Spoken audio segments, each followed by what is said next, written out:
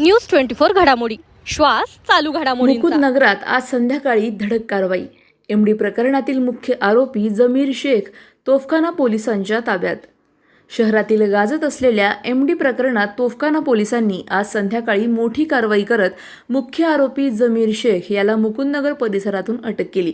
Police निरीक्षक बालाजी वैद्य यांच्या मार्गदर्शनाखाली विशेष पथकाची स्थापना करण्यात आली होती।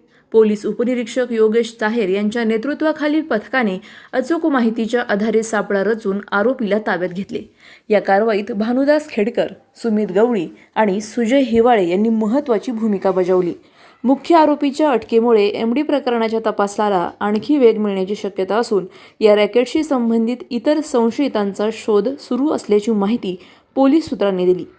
प्रतिनिधी स्वामी गोसावी, न्यूज 24 घडामोडी, अहिल्यानगर।